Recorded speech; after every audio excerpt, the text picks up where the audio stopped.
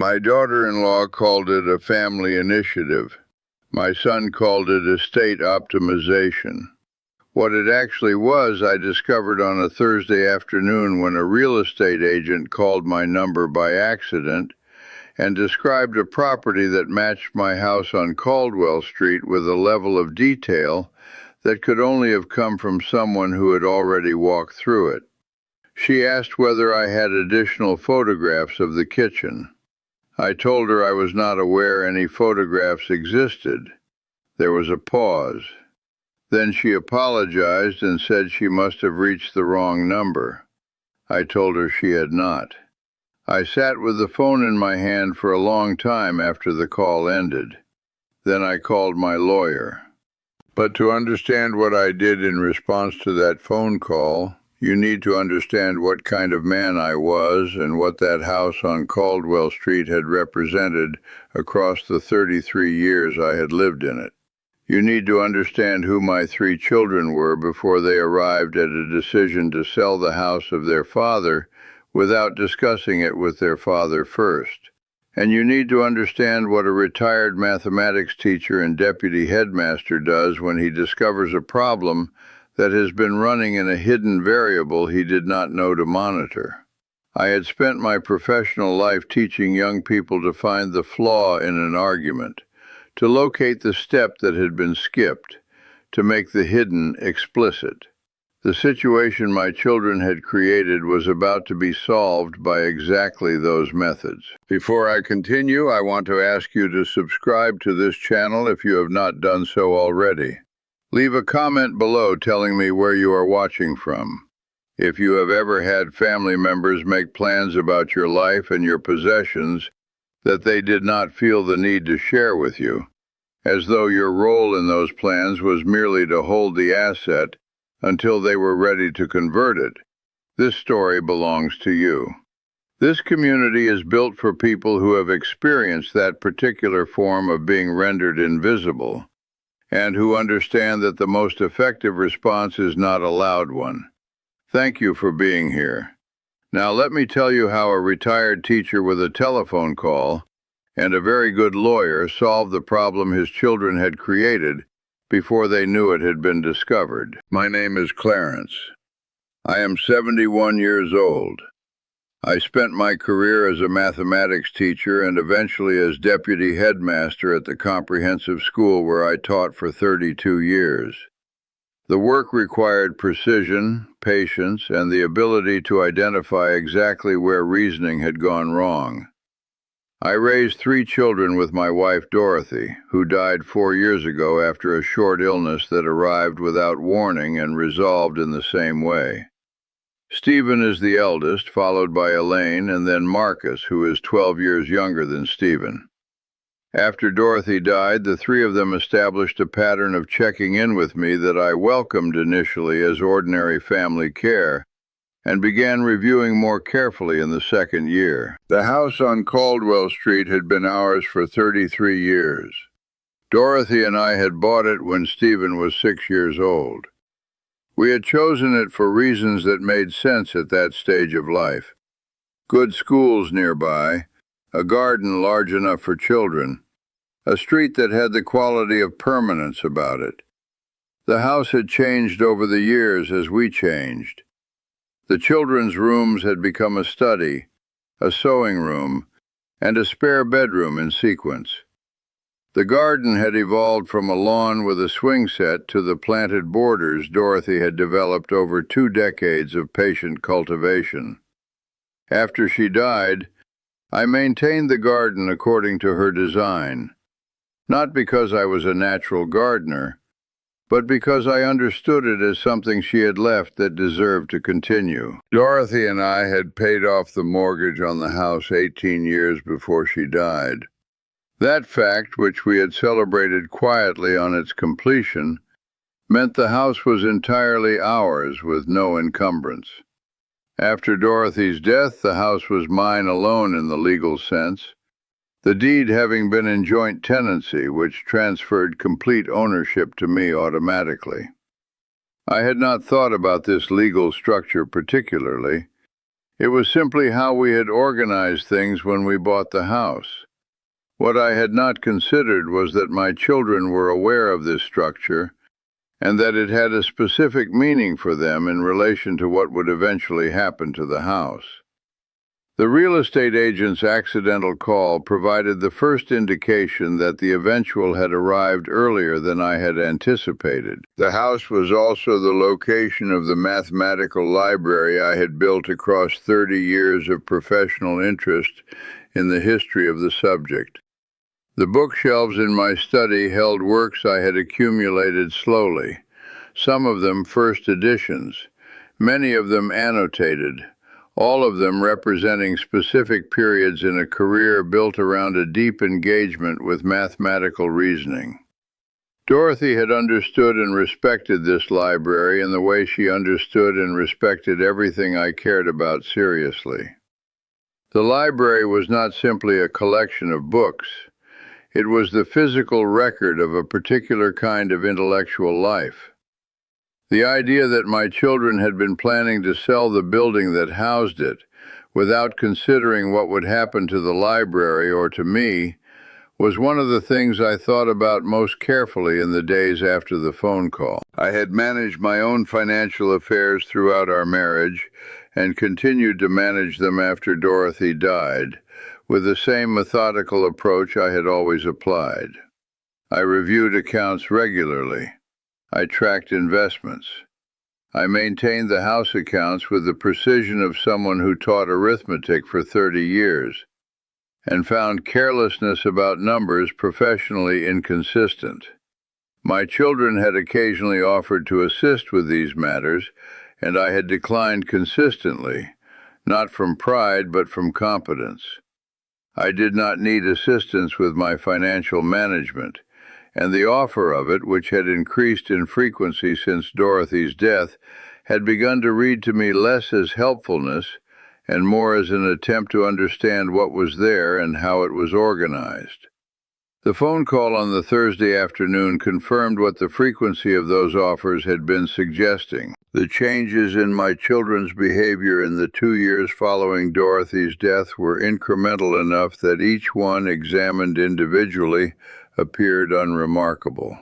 Stephen began asking about the maintenance costs of the house in a way that emphasized the labor involved rather than expressing any willingness to assist with it. He mentioned once that large properties became burdensome as people got older. I told him I did not find the house burdensome. He nodded and moved on. Elaine began researching retirement communities in the area and sharing the results of this research with me, framing it as information I might find useful to have available. I told her I was not contemplating a move. She said she simply wanted me to know what options existed. I filed that conversation alongside Stephen's. Marcus was the most direct of the three, which was consistent with his general character. He asked me one evening whether I had updated my will recently and whether I had thought about what the most tax-efficient approach to the estate would be. He said he had read several articles about the subject and could share them if I was interested. I told him my estate documents were managed by a solicitor I had worked with for 20 years, and that I would address any necessary updates through that relationship. He said he was asking out of practical concern. He had the expression he had worn as a child when he wanted something and was working out how to obtain it without asking directly. I had given that expression a name in my notes by the end of the conversation. The practical concern my children expressed about the house accelerated in the 3rd year after Dorothy's death. Elaine asked whether I had considered the equity release options that were available, a question that required her to have researched the specific financial products available against residential properties. Stephen mentioned a colleague whose father had done very well by selling his large house and moving to a well-designed flat closer to amenities. Marcus asked twice whether I had considered downsizing, using the word on both occasions with the particular emphasis of someone who has rehearsed a word choice. I was collecting these conversations in a notebook. The Thursday phone call was not the beginning of the discovery. It was the confirmation of what the collected notebook had been preparing me to understand. In the weeks immediately before the phone call, I had noticed that Stephen had asked about the kitchen renovation I had done 8 years ago. He had asked for specific details about the materials used and the firm that had carried out the work. I had answered his questions without understanding their purpose. In retrospect, the purpose was obvious. He was preparing the property information that would be required to complete a listing. The questions about renovation specifics, the research into property values in the area that Marcus had mentioned doing for a work project, and Elaine's continued sharing of retirement community brochures now assembled themselves into a coherent picture. My children had been preparing to sell my house. They had been doing so for some time. They had been doing so without me. The Thursday call from the real estate agent lasted 3 minutes. She was a professional who had been given property information that was specific enough to reference the kitchen renovation details Stephen had asked about. She was clearly experienced and clearly embarrassed by her error, which had produced an unexpected conversation with the property owner rather than the clients who had engaged her. She handled the situation gracefully, ending the call quickly and professionally. After she rang off, I sat in the study for 40 minutes. I reviewed the notebook I had been keeping. I traced the full sequence from Stephen's earliest comments about house maintenance to the morning of the call. The sequence was complete and unambiguous. I picked up the phone and called Thomas. Thomas had handled my legal affairs for 20 years. He had managed Dorothy's estate process and several property transactions over our long professional relationship. When I described the situation, including the real estate agent's call and the context that had preceded it, he was precise and immediate in his response. He said the matter had several dimensions that needed to be addressed carefully, and that he could meet me the following Monday. At that meeting, Thomas outlined the same 3 things I had been thinking about since the Thursday afternoon. A formal cognitive assessment to document my legal competence and protect any actions I took from subsequent challenge. A full review of the property's title and any documents that might have been submitted relating to it, and a set of legal notices to each of my 3 children that would make my position on the matter completely unambiguous. Dr. Morris conducted the cognitive assessment Thomas had recommended. The process took 2 sessions and covered every standard domain of cognitive function. Dr. Morris had not met me before and approached the assessment with the professional thoroughness of someone who understood its legal purpose. When his written report was provided, its conclusion was clear. I was cognitively intact, fully competent to make decisions about my affairs, and functioning well within the expected ranges for my age. Thomas filed the report with my property documents and the legal correspondence he was preparing. The report was not something I had needed for my own purposes. It was something I needed so that nothing I did subsequently could be attributed to confusion or incapacity.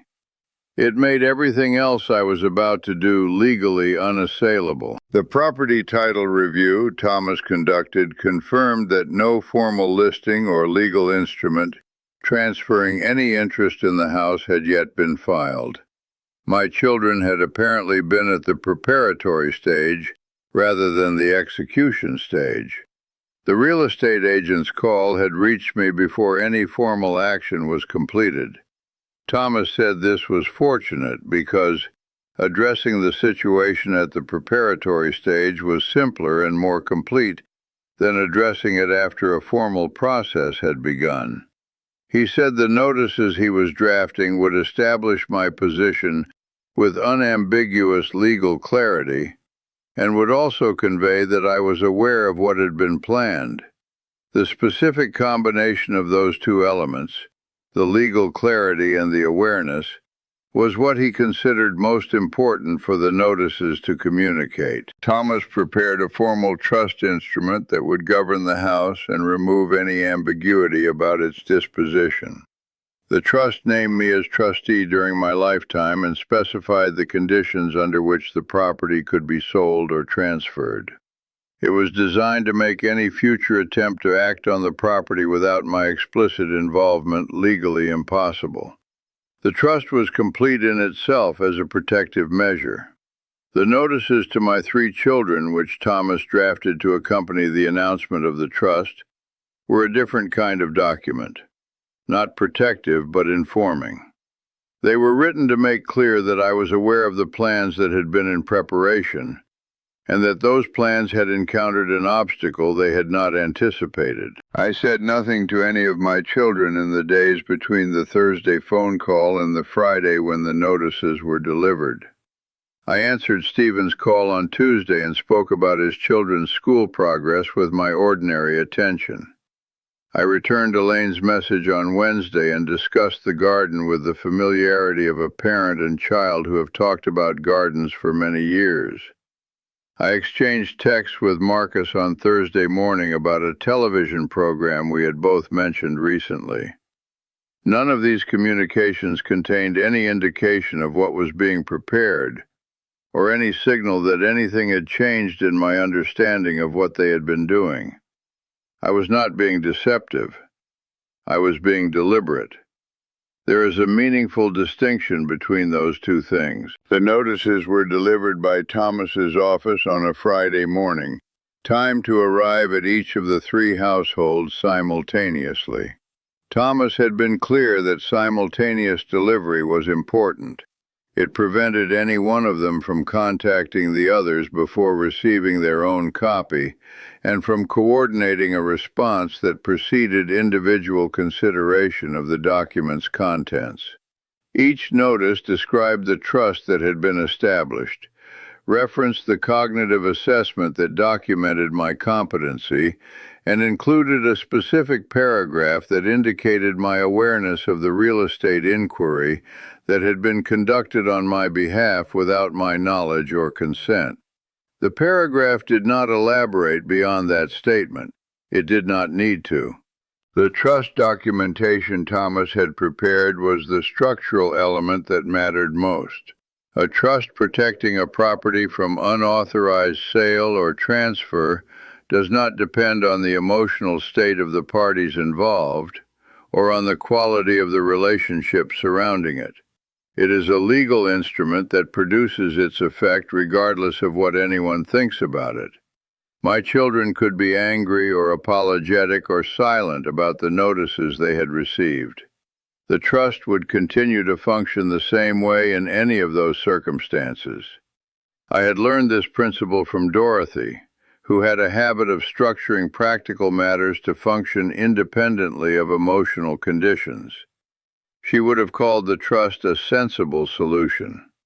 I agreed with her, in the way I frequently agreed with her somewhat after the fact of her wisdom. Stephen called the Friday evening the notices were delivered. His call lasted 8 minutes. He said he had received a legal document from my solicitor and that he needed to understand what it meant. I told him it meant what it said, that I had established a trust governing the house at Caldwell Street, and that I had been informed of a real estate inquiry conducted on my behalf without my knowledge. He was quiet for a moment. Then he said the inquiry had been preliminary and nothing had been decided. I told him that preliminary and nothing decided were interesting descriptions of a process that had reached the stage of producing photographs of my kitchen. He did not respond to that observation immediately. The call ended with a quality of incompleteness that the subsequent conversations would take several months to resolve. Elaine called on Saturday morning. Her approach was different from Stephen's, less defensive, more contrite in manner. She said they had not meant to proceed without speaking to me, and that the whole thing had been poorly managed. I told her the question of whether it had been poorly managed was less interesting to me than the question of whether it had been decided upon without me at all. She said they had been worried about the house's maintenance costs and about what my situation would look like in the years ahead. I told her I had been managing a house and its costs without difficulty for 33 years. She said they knew that. I told her the trust Thomas had prepared would ensure there was no ambiguity about who made decisions regarding the house going forward. Marcus was the last to call and waited until the following Monday. He was direct in the way he had always been direct, but the directness had a different quality than it had in previous conversations about the estate and the house. He asked how long I had known about the real estate inquiry. I told him since the previous Thursday.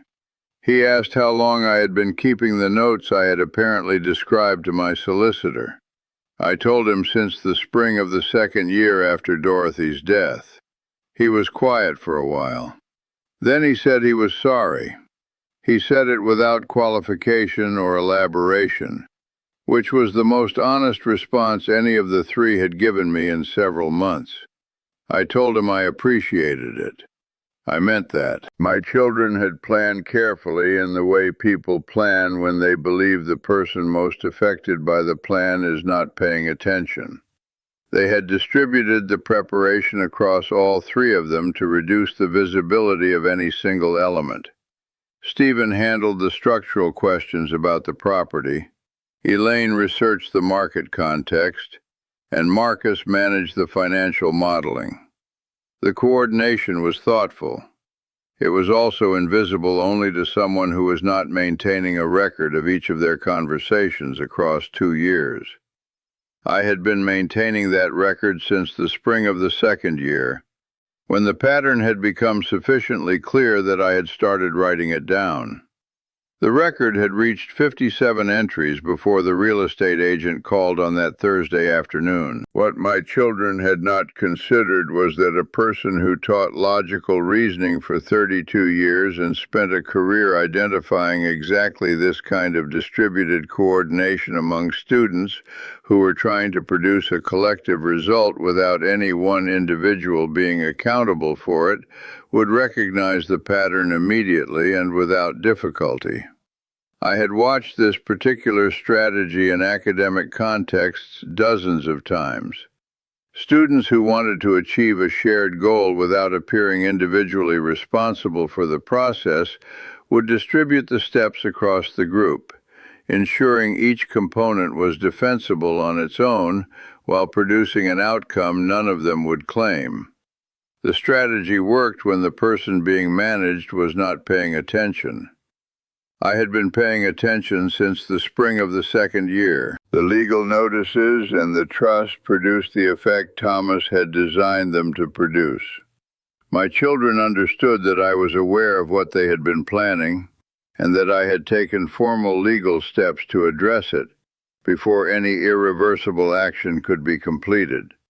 They also understood, from the cognitive assessment documentation Thomas had filed alongside the trust, that any future attempt to characterize my actions as the product of confusion or diminished capacity would encounter a professional neurological assessment that stated the opposite clearly and on the record.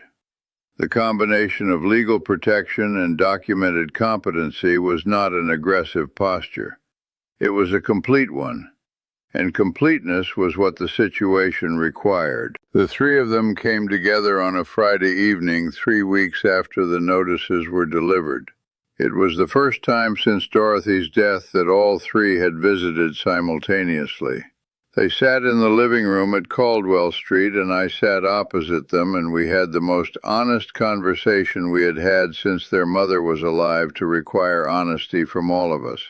Stephen described the reasoning that had led to the real estate inquiry in terms that were more complete than his initial call.